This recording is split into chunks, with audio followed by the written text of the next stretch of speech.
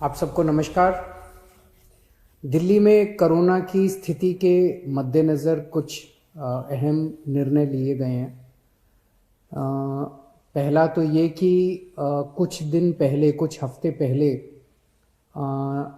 दिल्ली में कोरोना की स्थिति में जब सुधार हुआ था तो दिल्ली सरकार ने केंद्र सरकार के निर्देशों को मद्देनज़र रखते हुए और जो केंद्र सरकार की गाइडलाइंस थी उसके मुताबिक दिल्ली में शादियों में 50 से बढ़ा के 200 तक की संख्या अलाउ की थी कि 200 तक लोगों के शामिल होना अलाउ किया गया था। उस ऑर्डर को विड्रॉ करने के लिए आज निर्णय लिया गया है कि 200 से वापस 50 लोगों को, शादियों में केवल 200 से 50 लोग अलाउड होंगे।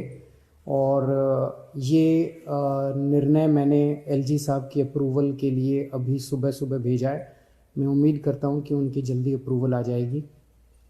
दूसरा, हमने देखा कि कुछ बाज़ारों में दिवाली के समय काफ़ी ज़्यादा ना तो लोग मास्क पहन रहे थे, ना सोशल डिस्टेंसिंग कर रहे थे, जिसकी वजह से कोरोना बहुत ज़्यादा फैला। तो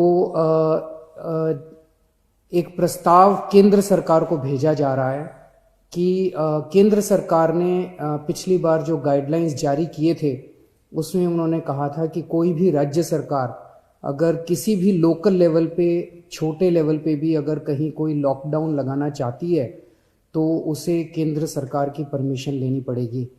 तो एक जनरल प्रस्ताव केंद्र सरकार की अप्रूवल के लिए भेजा जा रहा है कि अगर कहीं पे, अब दिवाली ख़त्म हो गई है, हम उम्मीद करते हैं कि बाज़ारों के अंदर जो इतनी ज़्यादा भीड़ थी वो भीड़ कम हो जाएगी और हमें ज़रूरत नहीं पड़ेगी।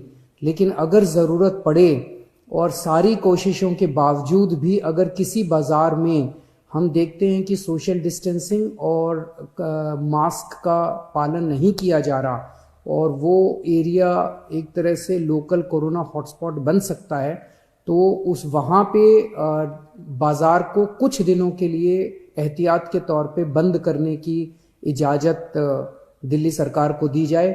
ऐसा प्रस्ताव अभी केंद्र सरकार को भेजा जा रहा है। इसके लिए भी मैंने एलजी साहब की परमिशन के लिए अभी लिख दिया है।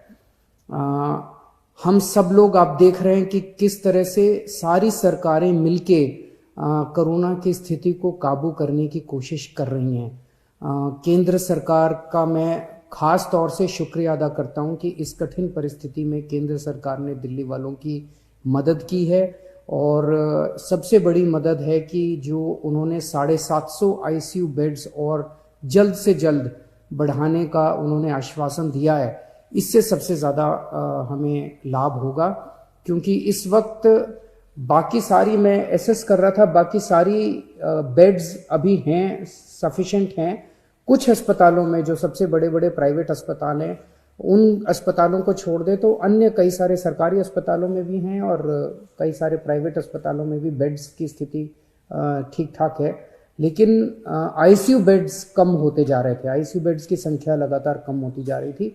और मैं इसके लिए केंद्र सरकार ने आगे बढ़ के मैंने एक हफ्ते पहले चिट्ठी भी लिखी थी केंद्र सरकार को कि हमें तुरंत आईसीयू बेड्स चाहिए, और केंद्र सरकार ने इसको सकारात्मक तौर पे हमारे को वो किया। इसके लिए मैं पर्टिकुलरली शुक्रिया अदा करता हूँ। इस वक्त सारी सरकारें, केंद्र सरकार, दिल्ली सरकार, सारी एजेंसीज, डीआरडीओ, आईसीएमआर, सब एम्स वगैरह, सब लोग मिलके पूरी कोशिश कर रहे हैं, डबल एफर्ट्स कर रहे हैं अपने कोरोना की स्थिति को काबू पाने के लिए। लेकिन ये तब तक नहीं ठीक हो सकती जब तक हम सब लोग, जब तक एहतियात नहीं बरतेंगे। मेरी आपसे हाथ जोड़ के विनती है कि आप ये कोई किसी और के लिए नहीं मांग रहे, आप ही के लिए, आप ही के स्वास्थ्य के लिए, आपकी ज़िंदगी के लिए, आपके परिवार के लिए आपसे अपील कर रहे हैं कि मास्क ज़रूर ज़रूर ज़रूर पहनिए, सोशल डिस्टेंसिंग का पालन ज़रूर ज़रूर कीजिए। कई लोगों को लगता है मुझे तो नहीं होगा, पड़ोसी को हुआ मुझे नहीं होगा। ये किसी को नहीं देखता कोरोना, ना गरीब को देखता, ना अमीर को देखता, ना इसको देखता, ना उसको देखता। किसी को भी कभी भी हो सकता है, और अगर बिगड़ जाए तो खतरनाक हो सकता है। तो फिर से मैं हाथ जोड़ के सबसे अपील करता हूं कि आप please please please social distancing की का पालन कीजिए और मास्क ज़रूर से पहनिए। नमस्कार।